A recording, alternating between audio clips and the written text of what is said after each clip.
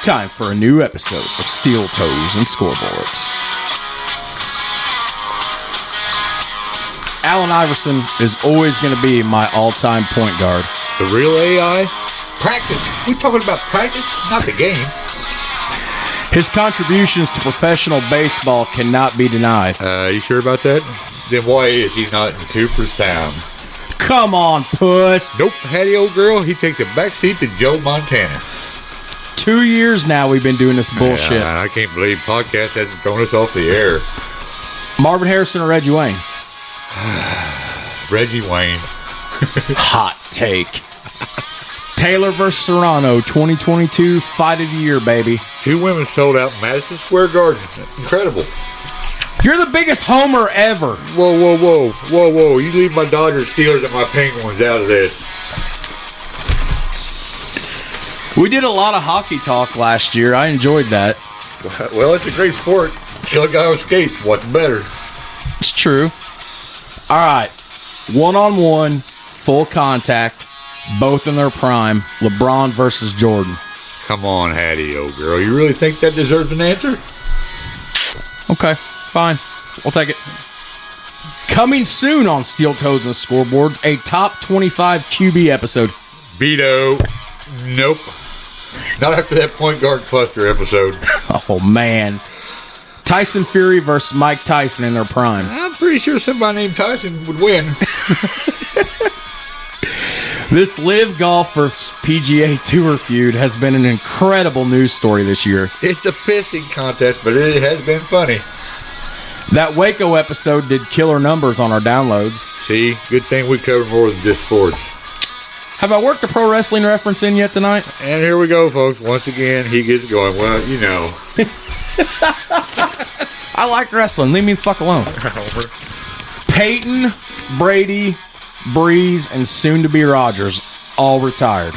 Who's the next crop to stand up and take their place? We've got to start talking more to college hoops. Waiting on you to pull the trigger. Commissioner Kurt Kelly in the house, everybody. I'm here to save the MLB. Anything to say to your fans? Peace, love, and Ozzy Osbourne. Hot take right here. He's the greatest second baseman to ever play the game. You're kidding me, right? You can't be serious. All right, Puss, you ready to get into it? Sure bet, Hattie, old girl. Let's piss some people off. And as he said, we sure do. Guys, a very new episode happening right now.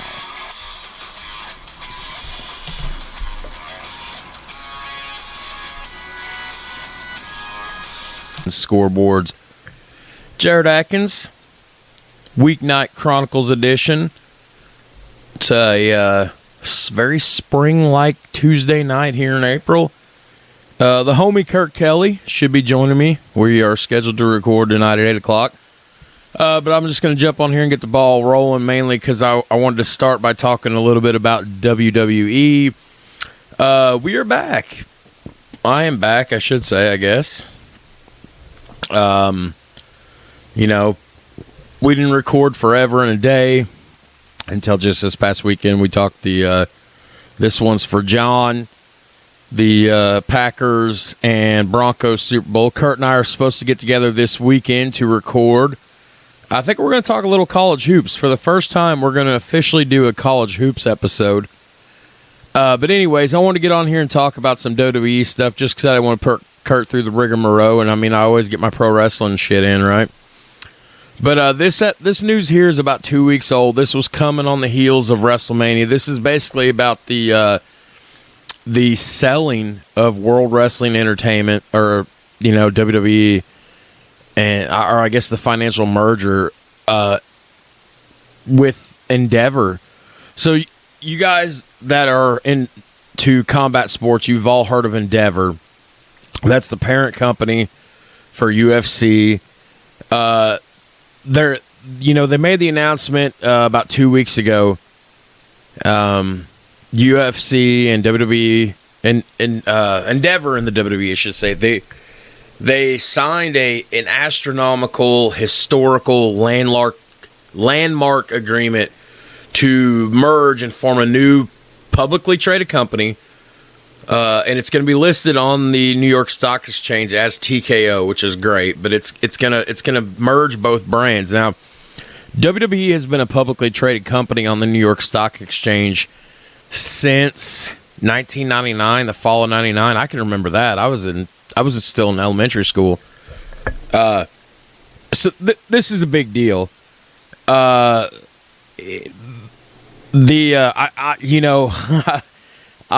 said till I was blue in the face, WWE was never going to sell. And maybe in a way they didn't sell, I guess. I don't know. It depends on how you look at it, if you're a glass half full, half empty guy. But this merger means that the McMahon family are no longer in solo control. Of course, this value is going to put the estimated company value for this new company at like $21.4 billion. Obviously, the UFC is going to top share that with like $12.1 billion. WWE is going to come in at $9.3 billion.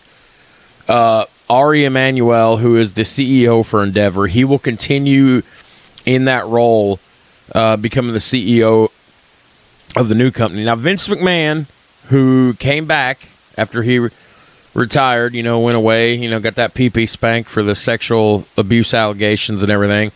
He came back to oversee the sale of the company and everything. He purchased this company from his father in 1982 for $1 million. He's going to serve as the executive chairman of the 11-member board. Basically, the hierarchy of this company, Emmanuel's going to be first. McMahon's going to be second or third in command.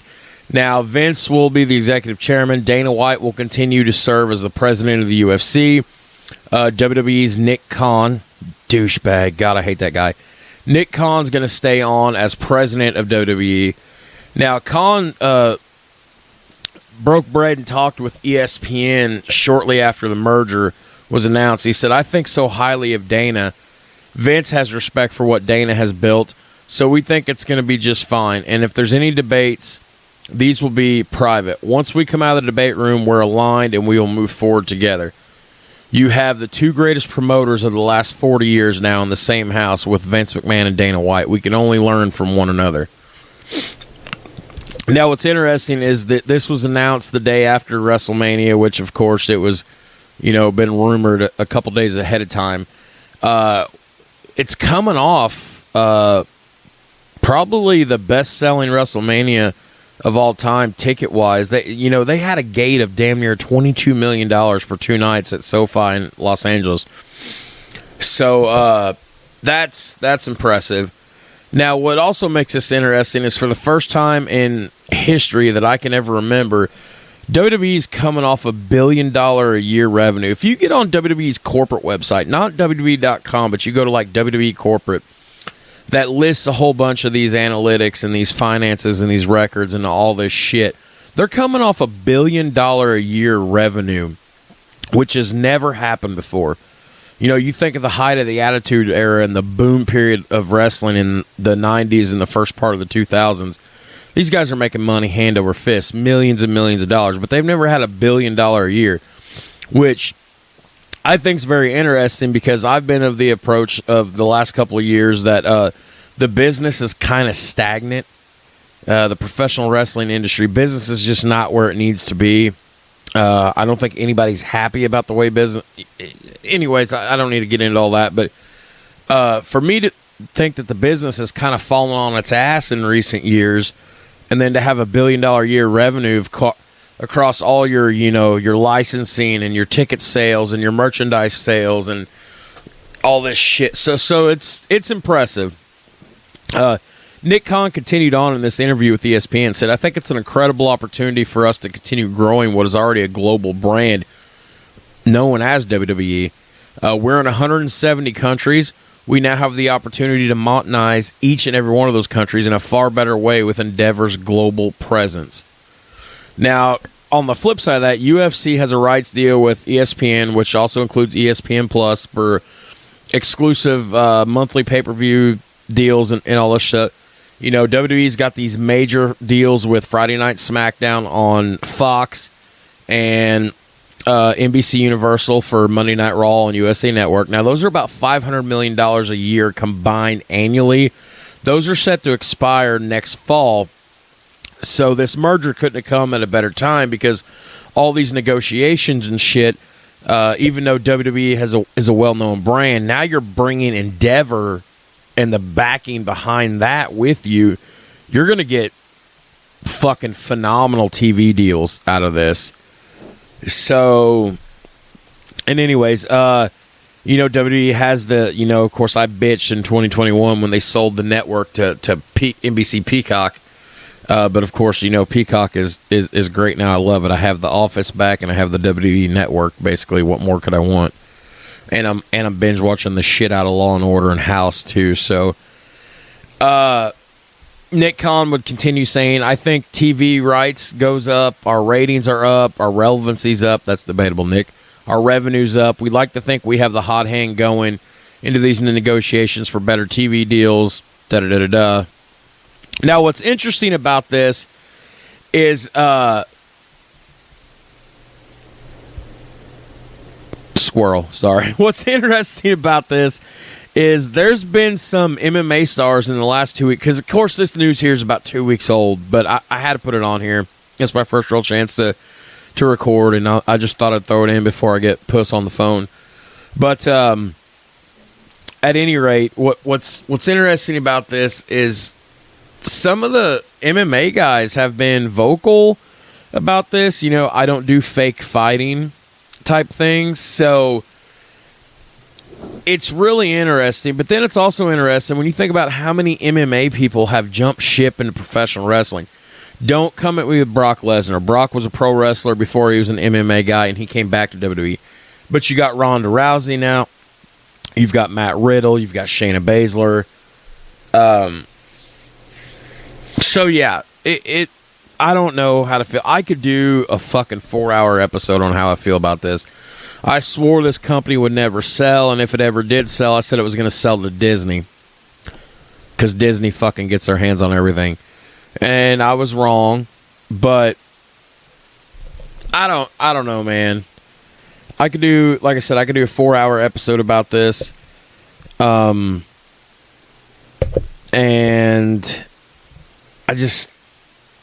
I don't know how to take this. I haven't really been vocal on social media about this, which is surprising. Enough people have known me.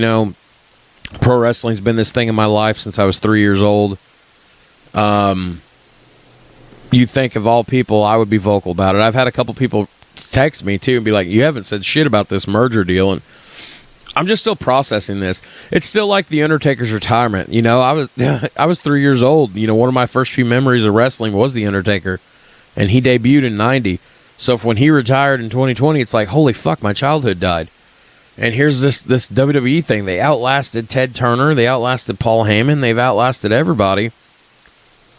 And they're not going away, but it's not solely in control of the McMahon family. Like, this is something we all, as wrestling fans, and if you deny it, you're a lying motherfucker. This is something we all thought was going to get passed down to the hands of the very next McMahon. And that's not what's happening now. But there is huge upside, Endeavor's got several more billion in the bank than what the WWE does. So it's going to be interesting. Yeah, I guess that's where I'm going to leave that for now. The WWE is still around, but it's going to be different. Now, this deal is set to be finalized by the end of the year. Of course, there's, being a publicly traded company, and there's all the legalities and the regulations, and it's got to meet approval and all this. There's no way this thing's not going to be approved. So it will be official, ink dried and everything come the fall, I do believe. So, yeah. So let's jump from that to talking about some women's boxing. We all know how much I love Amanda Soriano, and I talked about her and Katie Taylor. I said it was going to be fight of the year. Last year it was. Another female boxer, another female combat athlete that I'm a huge fan of is Clarissa Shields. She is a African-American boxer. She's one bad motherfucker, dude.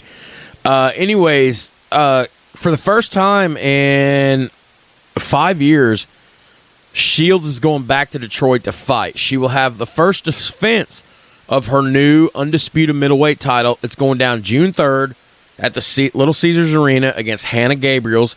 Now, this is the same chick that she beat by unanimous decision in that fight in Detroit.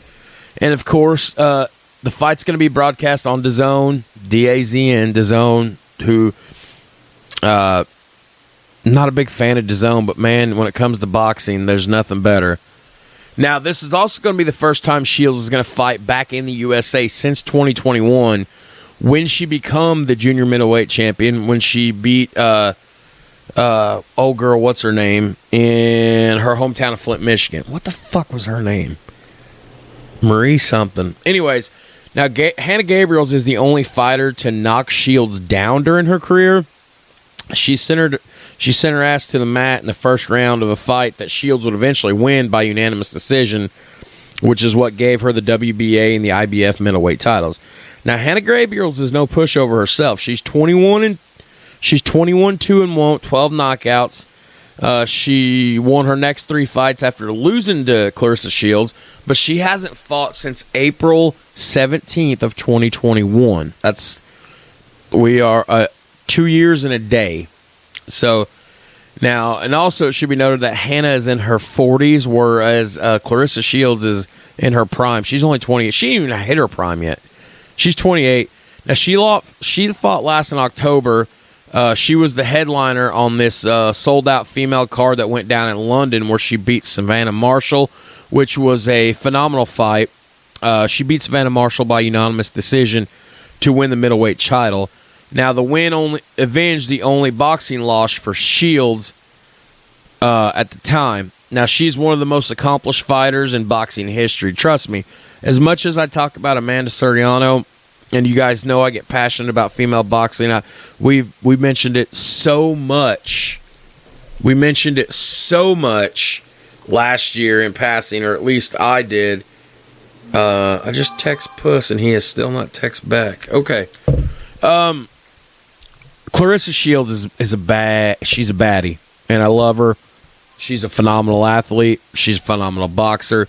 She's got a good ring IQ. She never seems to put herself in positions that she's not supposed to be in. You can't teach boxing IQ. I don't care what anybody says. You can't teach boxing IQ. That's something that just comes natural. You can teach anybody how to fight. You can teach them how to throw a punch. But you can't teach ring presence. You can't teach ring IQ. I'll die on that hill. It's my opinion. So, I guess...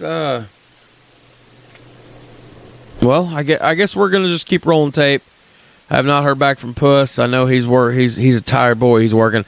I'm tired too. I am back out on the floor, just not with Puss. I might have mentioned this on the last episode, which was our first episode in well over a month. But there's been some temporary changes in my professional life. I do work for my best friend still. Unfortunately, some things have changed with that.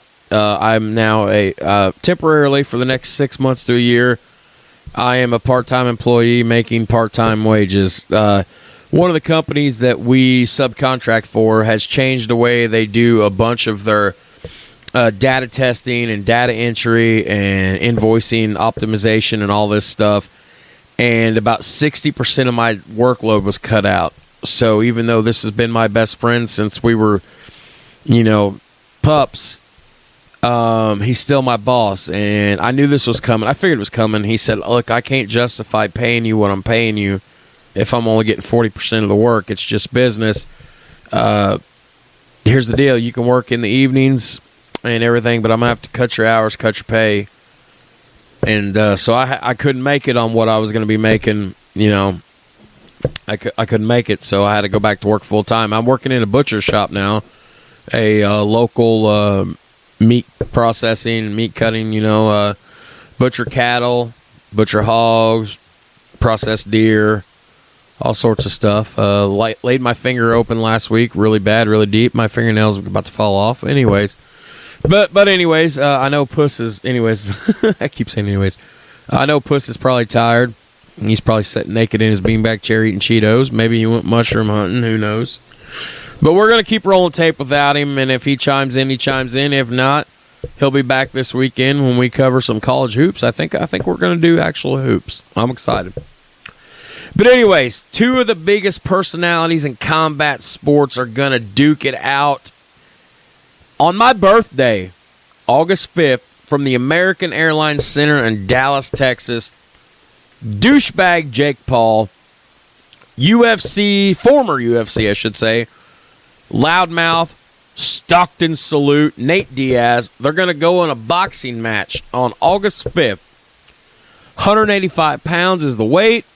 It's contracted for 8 rounds with 10-ounce gloves, and once again, distributed by DAZN on pay-per-view. Now, this is going to be a 50-50 collaboration between Diaz's Real Fight Inc. and douchebag Jake Paul's MVP Most Valuable Promotions. Now, this is the first time Nate Diaz has ever promoted himself.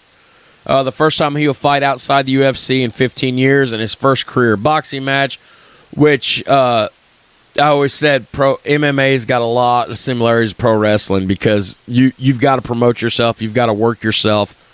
And the shit they would say in interviews and post-match fights and press conferences and everything, boy knows how to work a crowd.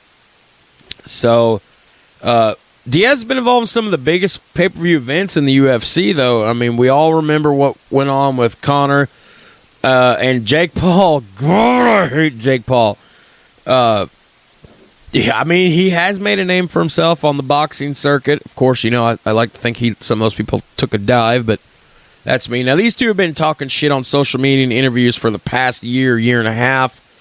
If you remember right back in October, Jake Paul, had the thing with Anderson Silva, and the rumor mill churned, and it turned out to be true that Nate Diaz's team and Jake Paul's team got into a pissing contest backstage, a little shoving, little shuck and jive talk, and that's when Jake Paul formally challenged him in his post-fight thing with Anderson Silva.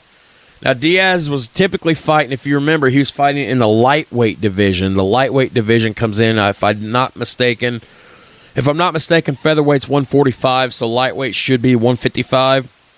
So that's where he fought a lot at, and then, of course, 170 would be your 185's welterweight, or 185's middleweight, so 170 would be welterweight. So he's done some fighting at welterweight, too. Now, Jake Paul's fought heavy as of lately. He's fighting in about 190, 192 pounds. So now Paul right now is 6-1. He lost his first career boxing match. When was it? In February, to Tommy Fury. Of course, Tommy is the brother of the heavyweight GOAT right now, Tyson Fury. So this ought to be good. This ought to be good. I might actually... I have not looked at a single thing Jake Paul's done because I can't stand Jake Paul, but this might be something to watch because I hate the Diaz brothers a lot. I always liked Nate better than Nick. Nick was a loudmouth. They're both loudmouth fucks. But I always respected Nate more than what I did Nick. And I just hated the Stockton Salute, when they do the Stockton Salute. So, but I might tune in for this.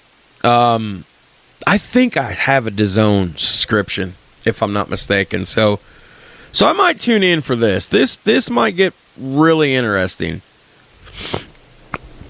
And I got some more about it. But if you want to read it, you can read the articles. It's all over the internet right now. It's all over ESPN, Bleacher Report, Deadspin. Not Deadspin. Whatever the one I'm thinking of. Anyways, so I want to stick with combat. I know we went WWE, we went boxing, now we went UFC. I want to stick with MMA for one more break here. Carl Robertson. I do not remember this fighter at all. I'm sorry, I'm drawing a blank. There might be listeners out there like, how can you not remember him? He's a former UFC fighter.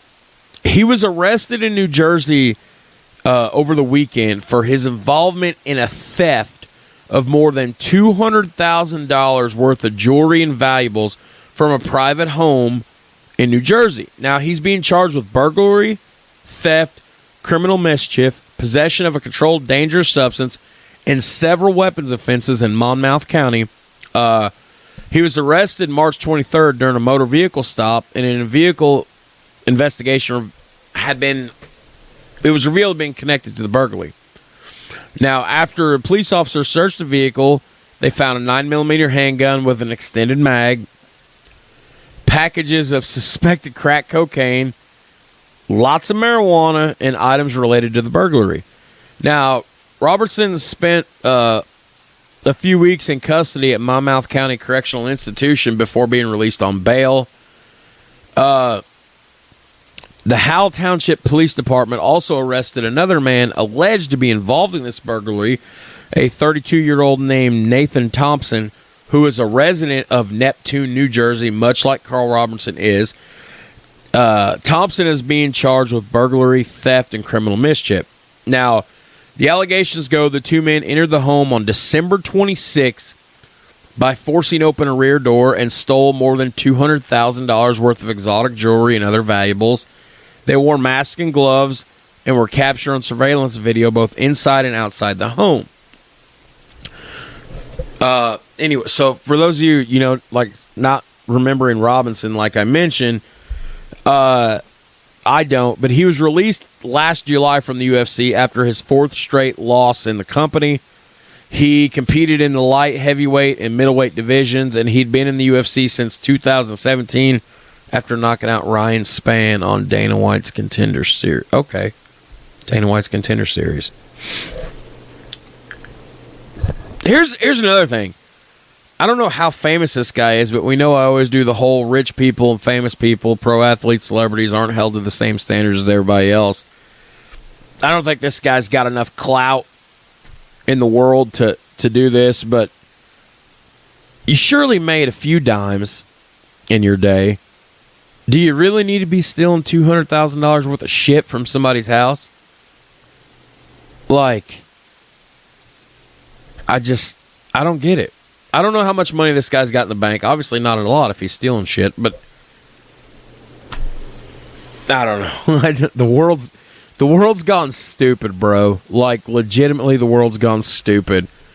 We're putting people on beer cans, and then people are upset about the beer cans. People are buying the beer cans just to explode the beer cans. And how the fuck did we get to talking about Dylan or whatever his name is? That person, or I guess it's her name. I guess I got to be politically correct. Don't want no backlash. Anyways, moving on. Got some Ivy League news because I always love talking about the Ivy League. Ivy League sports excite me because when you think Ivy League, you think academia, not sports. And sometimes some of these Ivy League schools have some pretty good sports teams. I always love watching the Ivy League schools play in the tournament. Anyways, so a callback to a few months ago on Steel Toes and Scoreboards on a Weeknight Chronicles episode, I talked about some shit going on with Brown University, scholarships and price fixing and all this shit. Well, a pair of basketball players from Brown have now filed a lawsuit against the school and against the Ivy League. Basically, the lawsuit was filed last week, or maybe it was this week. I don't remember. Sometime in the last week or so, there was a lawsuit filed in U.S. District Court in Connecticut by attorneys representing Grace Kirk, a member of Brown's women's team, and Tamang Cho, who played for the men's team. They are seeking class action status to represent all current and former athletes at the 8 Ivy League schools going back to March 2019. The suit is arguing that the Ivy League schools illegally conspired to limit financial aid and not compensate athletes for their services.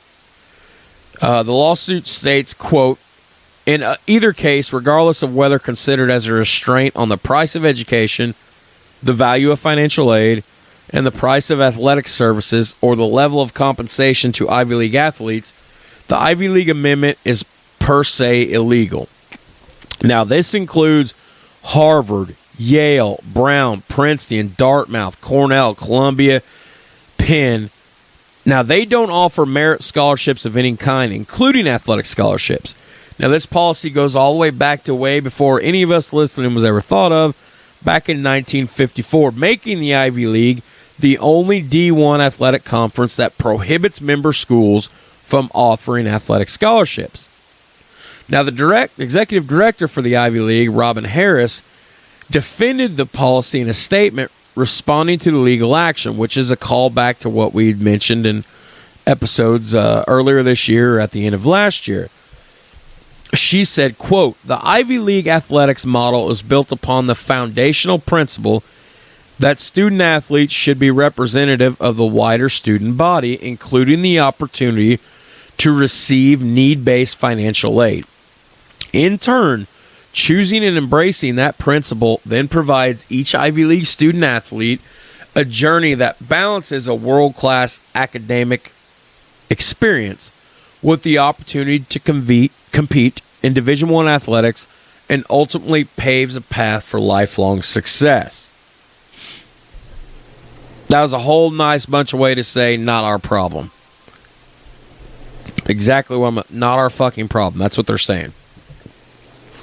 However, the attorneys for these Brown athletes point out that there are other elite academic schools, such as Stanford and Duke, who do offer athletic scholarships. The lawsuit states as follows: "These schools are not part of Ivy League, but they demonstrate they can maintain stellar academic standards while competing for excellent athletes and without agreed-upon limits on price." The suit also argues that the Ivy League schools have a major influence over the path that a small pool of people who are both elite students and elite athletes can take. So by not offering athletic scholarships, the league is artificially suppressing the market for both these students. Now, I'm going to read you this final quippet here from the lawsuit, and it says, "The natural, foreseeable, and intended result of the Ivy League amendment is that Ivy League athletes have paid more for their education and earn less in compensation and reimbursement than they would have in the absence of the agreement."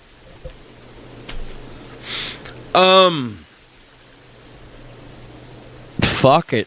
Like, I don't, this whole thing about compensation for athletes nowadays, and I know this isn't directly tied, this isn't all completely tied into that, but, man, I don't know. That's such a hot button issue. Kurt and I have talked about that before off air. Like, should college athletes be paid? Sometimes Kurt's like, yeah. Sometimes he's like, no. Sometimes I'm like, yeah. Sometimes I'm like, no. But as far as limiting athletic scholarships, I think that's completely stupid. Like, I don't know. I've never been around a place, I've never been around any place, but it sounds weird to me that you wouldn't offer, I don't know, man. It's just, hey, man, I don't always have the answers. It's just Weeknight Chronicles. It's just, we just talk about, current events, sports news. Let's talk something local, kind of local, Indiana local, not necessarily Du Bois County local, but I guess Edey's going to the draft. Purdue center Zach Edey, consensus National Player of the Year, announced today that he plans to enter the NBA draft while maintaining his college eligibility. Now, of course, that means he has until, if I'm not mistaken, June 1st, March 30 or May 31st, June 1st-ish, if he wants to withdraw from the draft and then return to Purdue for what will be his senior season, I do believe. Edey was talking the other day on social media, and he said, "My basketball journey has been unorthodox, to say the least, but I won't change anything about it. From ranked 437 in my class to National Player of the Year, I can't put into words what Purdue University, my teammates, my coaches, and our fans mean to me. Though we fell short of our ultimate goal this season," oh yeah, you fucking did, by the way, I loved every second of it. You know what? I'm sorry. Let me break off this just for a second. Never ever thought we'd see a 1 seed go down. 2018, it happens to a badass defense powerhouse, because Virginia's always a defensive powerhouse. So I never thought we'd see it twice. But how funny is it that me as a Hoosier, it happens to a Boilermaker, Fairleigh Dickinson. God, I love college basketball. Anyways, Edey would continue on his social media posts saying that, with that being said, I'm putting my name in the NBA draft while maintaining my college eligibility. I will evaluate my future after going through the process, and I look forward to what's next. Now, Edey's a big boy, as we've all seen on the court. He's like 7'5", and he's Canadian, eh? Of course, he dominated all season. He led Purdue to the Big Ten regular season and conference championships. He was averaging 22, 12. He was shooting 60% from the field. He ranked 6th in scoring, 2nd in rebounds, and 21st in field goal percentage. He also averaged a couple blocks per game. He scored at least 30 points 8 times this past year. He played 3 years under Painter up there, so, who knows. But, of course, right now, ESPN's got him ranked as 49th overall and the number 5 center in their draft rankings. So, we'll see what happens. I hate Purdue. He is playing in the Hoosier State, so best of luck to him. I hate kids that just leave early. Oh, God, Kurt and I have talked about this before we've been blue in the face. There's no dynasties in college basketball anymore because nobody wants to play 4 years anymore. Everybody wants that damn NBA money, and they're gone. It's all these kids jump. They see more money than they're ever going to see in their life. I mean, I don't blame them, but damn, what happened to shit in the 80s and the 90s when these kids were staying 4 years? In the early 2000s, kids would stay 4 years. Hey, this is a matter of pride for me. I'm going to win a national championship. March Madness is one of the biggest sporting events of the year. Like, I'm going to be seen. And then they get that ball money, son, and it's over. Speaking of basketball, but we're going to jump across the pond, and we're going to go to China because I had to put this in here, and that's why damn it, I guarantee you Puss fell asleep on me. I wish he was here because I know he was going to get a laugh out of this. China's top basketball league has disqualified 2 teams from its postseason amid match-fixing allegations. Oh, yeah. They're even fixing the game in China. So this ruling came after the CBA, the Chinese Basketball Association, determined that the Shanghai Sharks and the Jiangsu Dragons engaged in unsportsmanlike conduct during a playoff series last week. The league put out a statement yesterday that said both teams showed a lack of competitive effort and were negative in competition during their best-of-3 playoff series.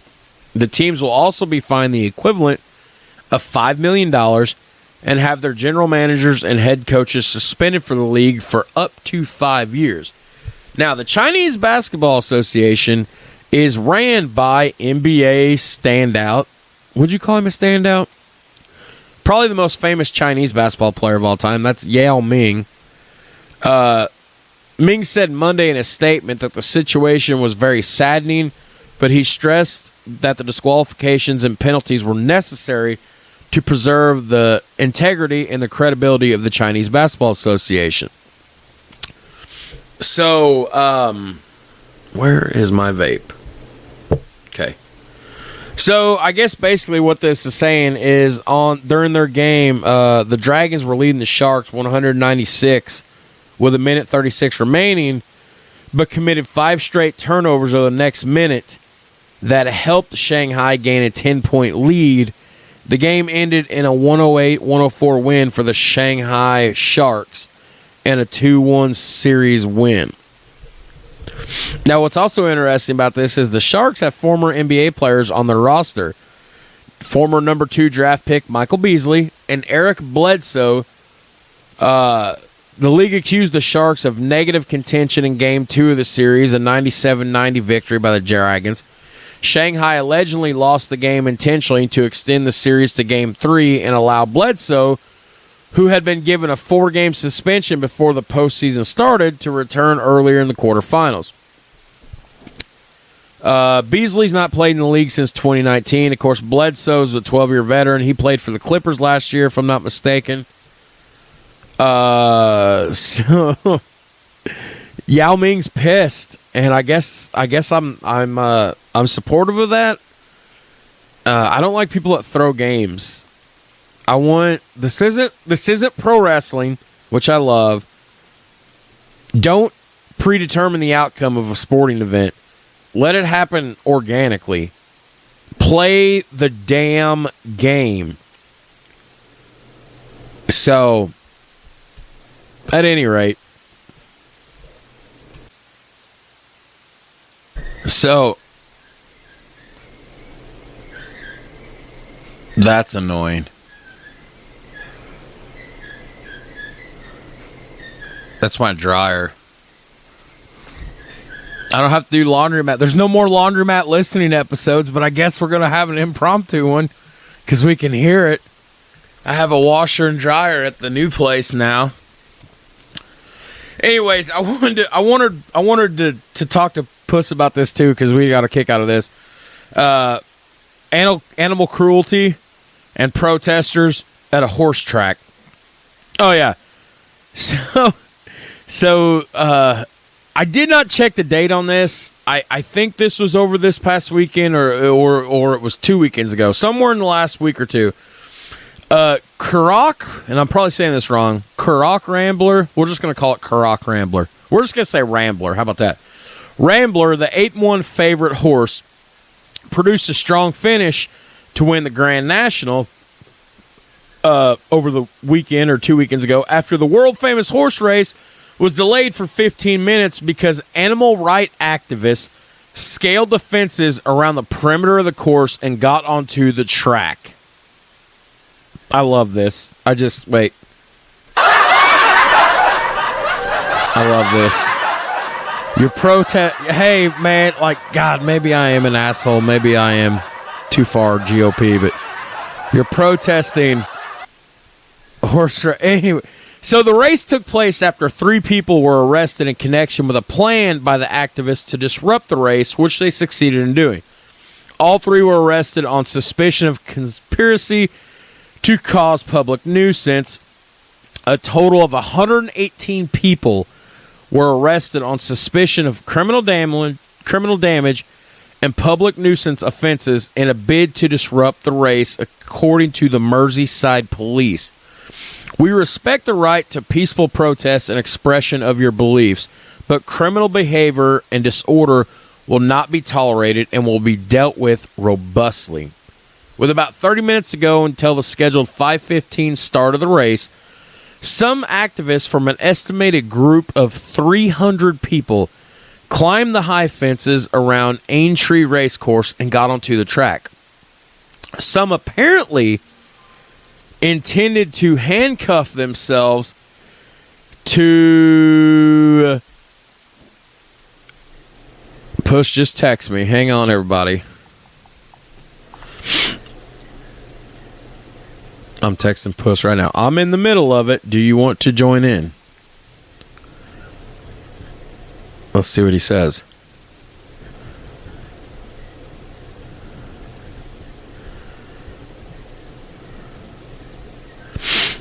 He was mushroom hunting. I knew it. I said he was sleeping or he was mushroom hunting.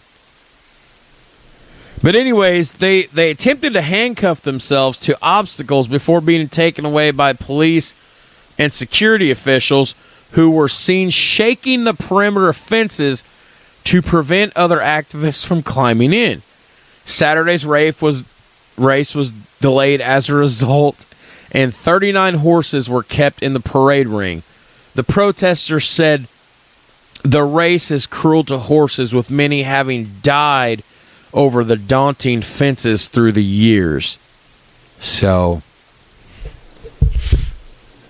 I think about this, and I think about this video I seen during COVID, or shortly before COVID. It was of a truck driver bringing a truck full of chickens into the place to be butchered and slaughtered and all this stuff. And these protesters, these little bitty vegans and their blue Priuses and their all their stuff, and they blocked in front of the road, and this trucker, man, you just heard that Caterpillar hum, man. He just hit another lick, and they about got mowed the fuck over. And then after they were, after he scared the shit out of them, they were wiping out their drawers. They were still filming. They're like, I can't believe he tried to run us over. All we're trying to do is prevent the cruelty to these animals. They have feelings too. And an onlooker from the side goes, shut up, you fucking plant eater. And I don't know why I'm thinking about that. Just that's what I do. Not very politically correct tonight. That's okay. We only get about 3 listeners a month anyways. We'll just go down to 1 after this, I'm sure. Let's talk about my Phillies. More specifically, let's talk about Bryce Harper. So here's the deal with my Phillies. Puss said yeah. Well, let me just remote him in then. Let me just remote Puss Hattie-O girl in. Let's see, are we connected? We are connected. Well, let's just let's call Puss.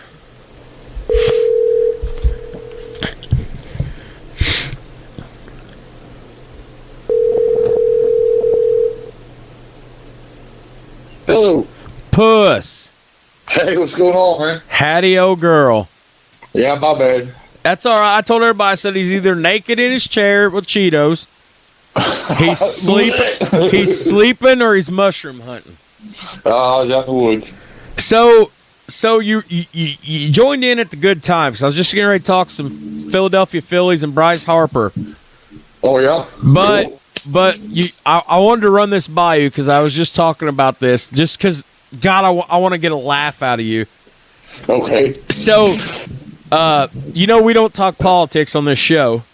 Right. But we tend to poke fun of the Democrats and the like-minded people, right? Yes. Over the weekend, there was a great big horse race that went on somewhere. It's one of the big races that leads up to the Derby. Right. They arrested protesters who got on the track and tried to handcuff themselves to objects because they thought the racing was cruel to animals. And they all got their asses arrested, and then they were wondering why they got arrested. Well, yeah. It's like walking up to a beehive, poking it with a stick and wondering why you got stung, But, yeah, I just thought funny. I thought you'd get a kick out of that. Yeah, Why are we being arrested? Because you're sitting on a fucking racetrack where 10 horses is getting ready to run at Mach 1 speed. Yeah, there's a lot of money out there riding on it. I'd have fucking let the horses trample their asses. Yeah, no shit. So let's. But a horse won't do that though. They won't run over somebody, really. Oh, now. Help it. I'm serious. I don't think they will. I'll be dipped. So, Hattie-O girl. Yes. Last year, all I did was shit on my Phillies. And they go to the World Series. And they go to the World Series. They don't win. Right. But they go to the World Series. I mean, they weren't even picked to go there, were they? No, I didn't think so. I mean, that was a damn good World Series, even though it was over in 6 games. Yeah, It was a damn good World Series. Oh, yeah. I seen where they made a couple of acquisitions over the Trey Turner. Trey Turner, you know anything about Trey Turner? He's pretty good. Former Los Angeles Dodger, Trey Turner. Yep. Well, let's talk about my Phillies a minute, because you guys were a little weak at second base, last year. I think. Oh, here we go. Well, I mean, a little light hitting at second base. I mean, this is going to. Trey Turner's going to bolster that. It should, yes.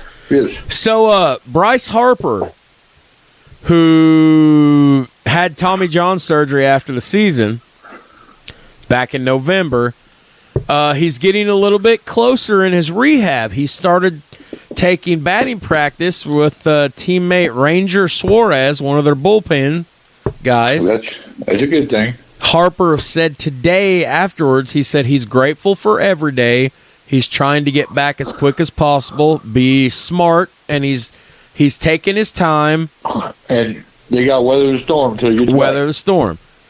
Now, I think they'll do all right. There's no timetable on him coming back. He injured his elbow earlier last season, but he had Tommy John in November, and you know as well as I do, Tommy John is a big blow to be dealt. Yeah. For sure. He said, I still have a little way to go. I still have to check some boxes to get where I need to be. You think they'll DH him first and then work him into the outfield?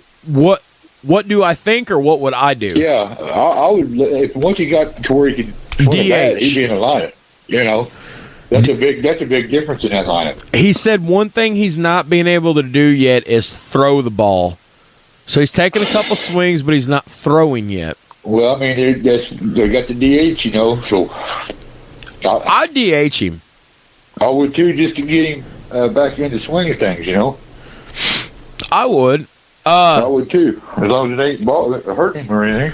I know we don't cover a lot of injury news on the show, but I want to put that in there, and then I wanted to jump over and talk about the Yankees. The Yankees do. Boo. Boo. Yeah. What's up with it? So what's up with the Yankees? So Giancarlo Stanton is yeah, no doubt, former Miami Marlin, Florida Marlin, whatever. He's looking to be out 6 to 8 weeks because he strained his hamstring. Now, the only reason I bring this up is because 6 to 8 weeks for a hamstring. 6 to 8 weeks for a hamstring. I guess. Well, you know they're they ain't tough like they was back in the day when I was growing up, or even when you were growing up. Like they treat these babies like prima donnas now. Right. But it's another injury for this guy who hasn't played a full season in 5 years. Huh. Okay, so I know you're already thinking. So let me run this down for you. Okay. The Yankees placed him on the injured list Sunday. That's his 7th trip to the DL in 5 seasons with the Yankees and his 11th trip in 14 Major League seasons. Okay. Aaron Boone said it would be 6 to 8 weeks before he can play. He's missed 223 of 546 games in the last 4 seasons. That's 41. That's insane, dude. That's 41%, dog. I checked the math. That's 41%. That's insane. Okay. How can you afford to pay him? Well, get this. So he's a 5-time All-Star. He's hitting .269 with 4 homers and 11 RBIs through 13 games. He has a career .264 average with 382 yard bombs and 982 RBIs.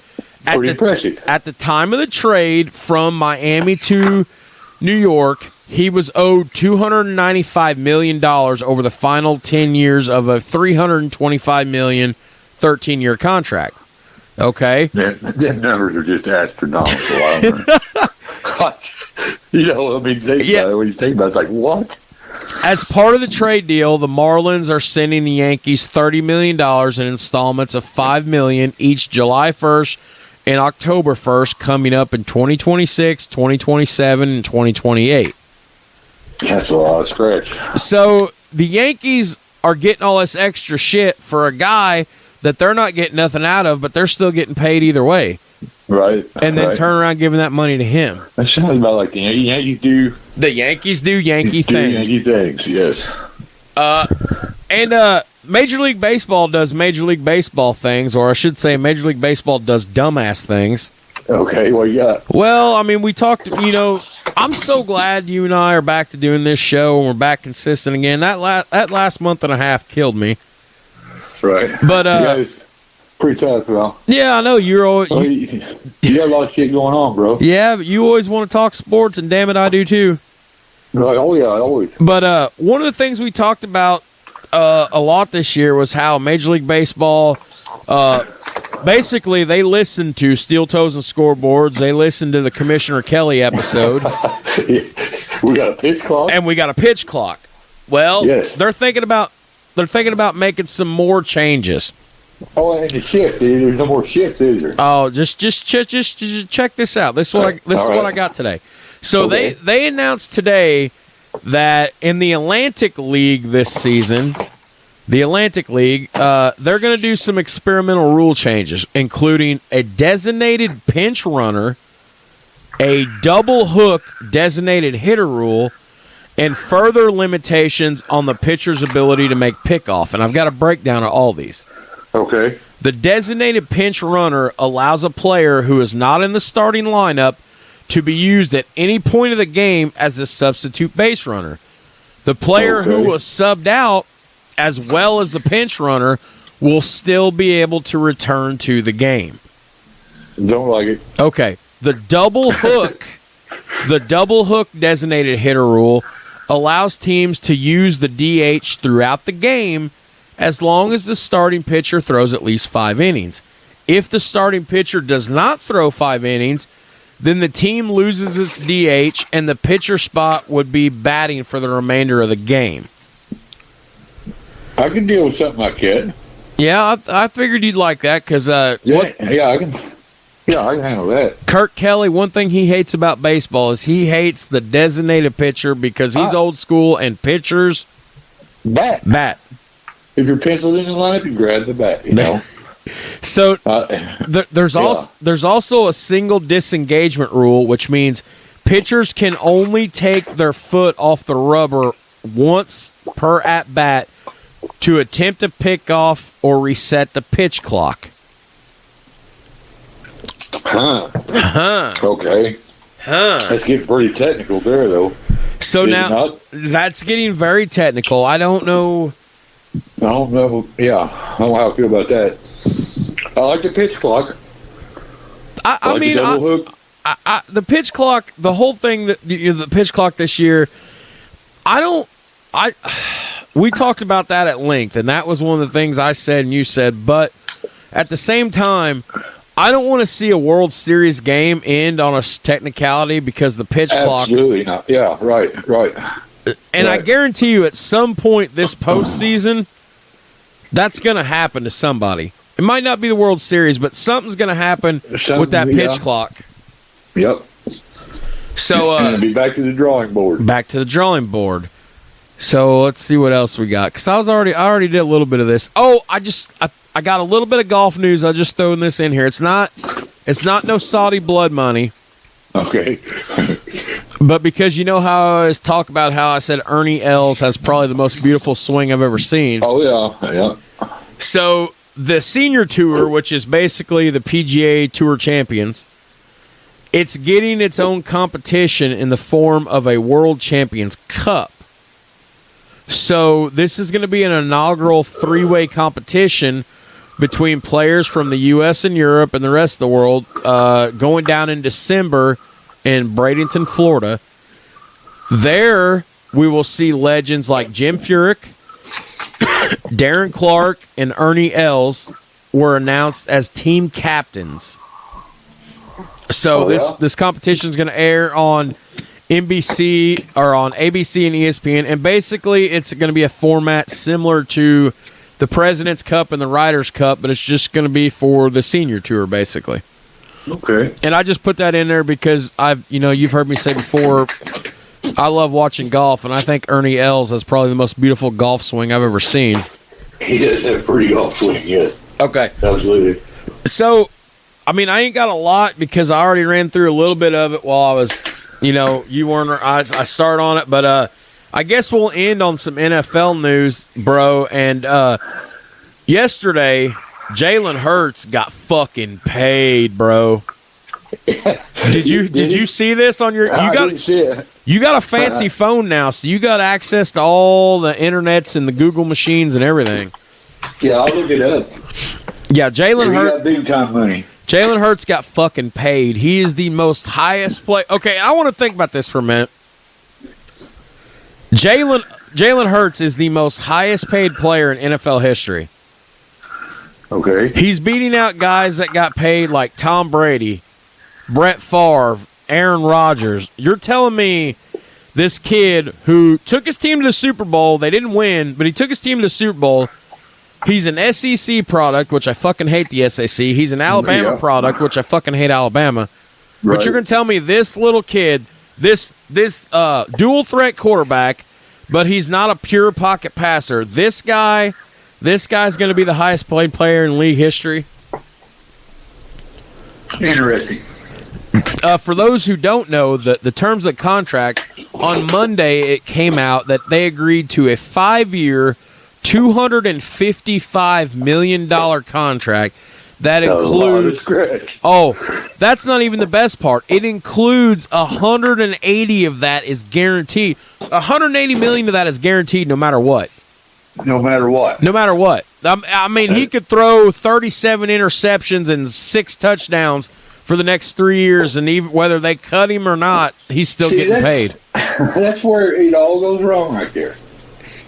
Here comes Commissioner Kelly to bust contracts. Well, I mean, come on now. If you don't perform, you can't be paid. So are you saying that if you fuck up 600 Simon chairs and they fire you, yeah, that's right. You're not going to get paid?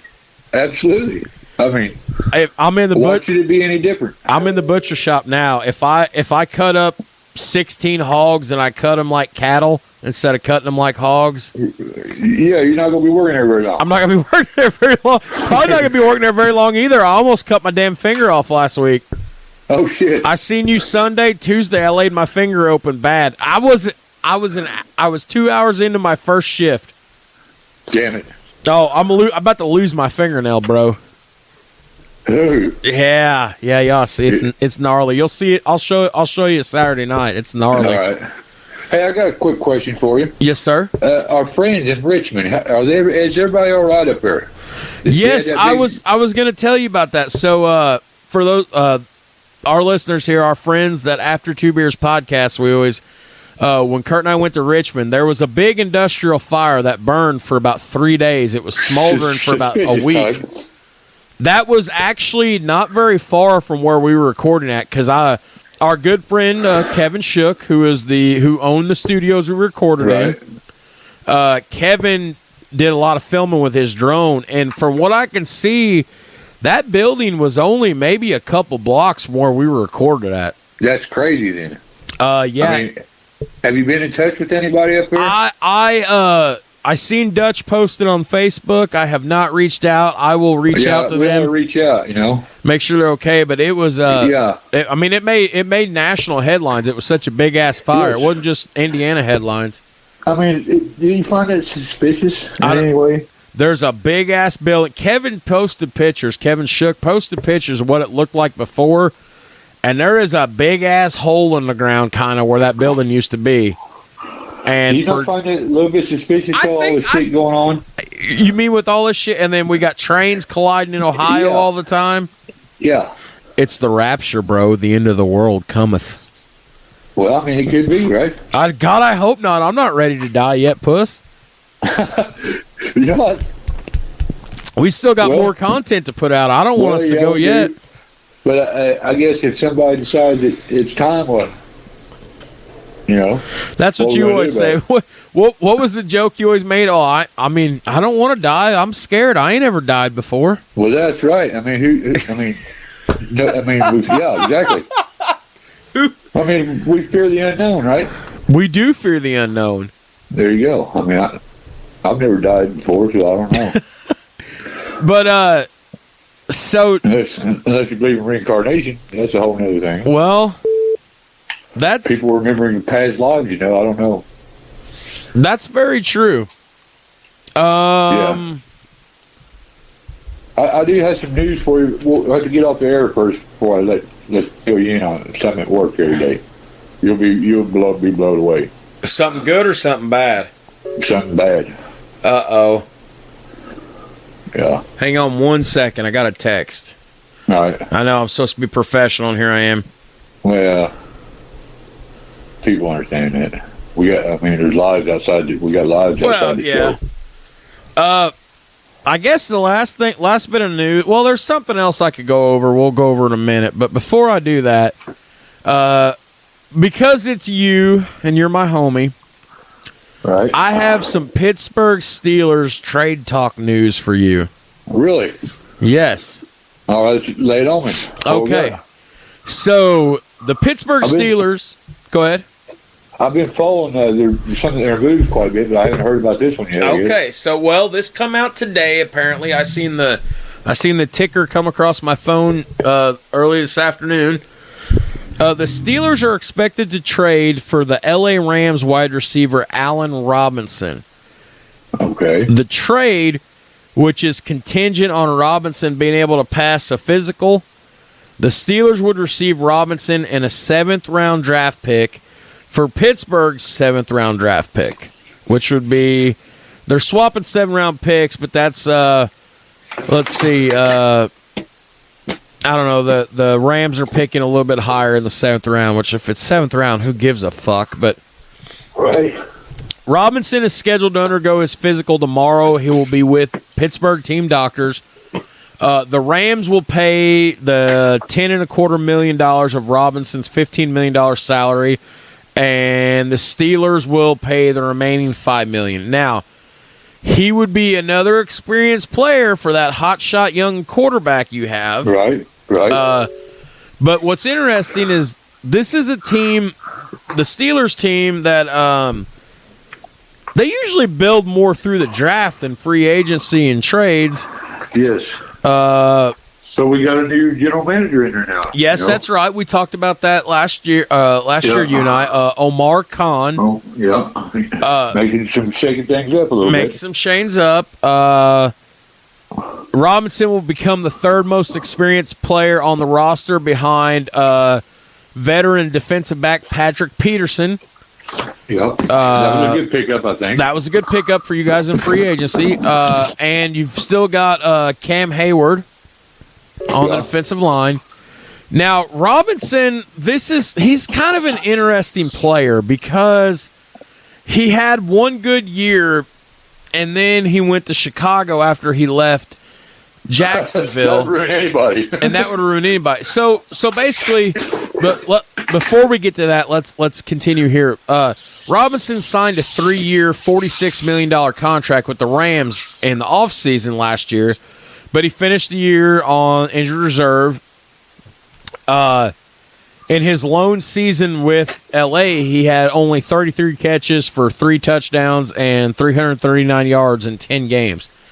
But now, before joining the Rams, he spent 4 years each with both Chicago and Jacksonville. Now, 2015 is when he got known because he had a breakout season in Jacksonville. That was when Jacksonville had an outlier year. Blake Bortles threw like almost 50 touchdowns. Right. He racked up 14 career-high touchdowns and over 1,400 yards. He was consistently productive after he left in free agency and went to Chicago, being their top receiver for a few years.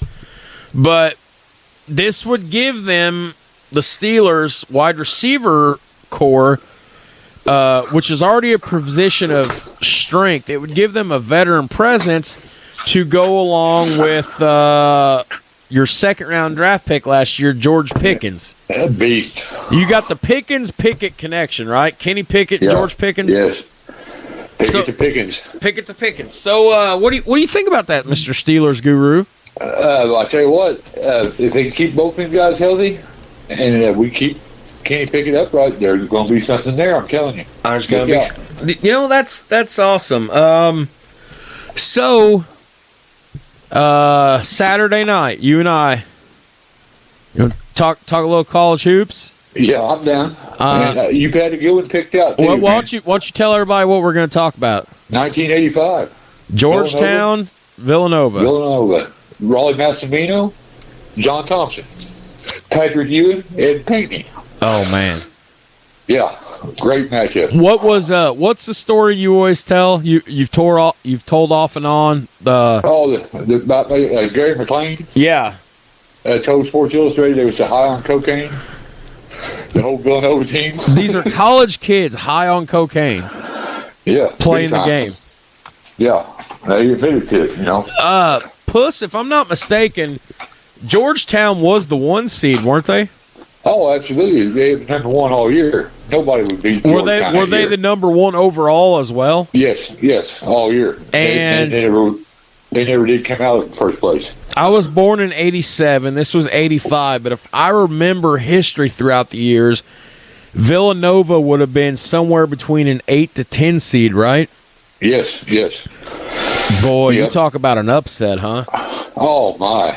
Yeah, definitely. And it pretty much, shut them down. It was a great game.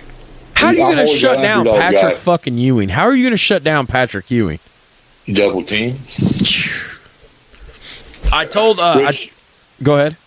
Raleigh had a great game plan, I'm telling you. This is back before you had the 24-second shot clock or what have you, right? This was basketball. You could slow it down a little bit, and you limit possessions, right? Right.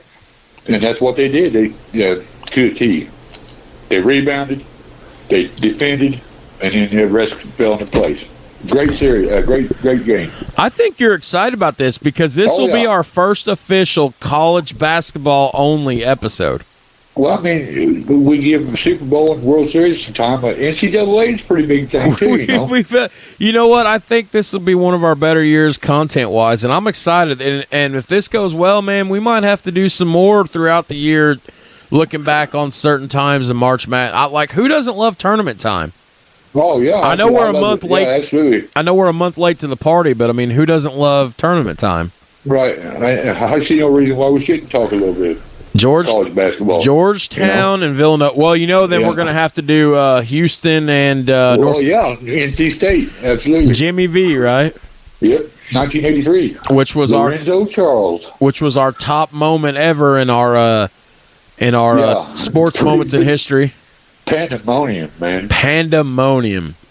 Yeah, absolutely. All right, so what I'm going to do here now is I'm going to get ready to turn off the recorder, and then I'm going to keep you on the line so you can tell me this bad news, and I already got a bad feeling about the bad news. Yeah. Right. Oh, boy. So for everybody, Kurt joined us a little bit late to the party, but you still got... Guys. Hey. I was in the middle picking mushrooms. Mushroom season's important. It is important. We hadn't found shit until the last couple of days. Do you remember? I know I'm asking you if you remember. You've slept since then, but last year around this time, I was finishing. I was giving my 2-week notice to Verse Deal. Yep. And we were standing at the time clock, and they were talking about mushroom hunting. And Ronnie, oh good, is Ronnie still there? Yes, he's still there. Ron Willis. Yes. Ronnie was talking about mushrooms. They were talking about mushrooms, and I said, Ronnie, the kind of mushrooms you're talking about, the mushrooms they're talking about are two different kinds. I remember that. Yeah. That was such good stuff. Yes. All right, so don't go nowhere, and I'll give you the all clear when we're off air. But for Kurt Kelly, late to the party, better late than never. That's right. I'm Jared Atkins. This has been an episode of Weeknight Chronicles, and we will catch you this weekend for some college hoops. Yes, right on, man. All right. Hang on, bro. Yep.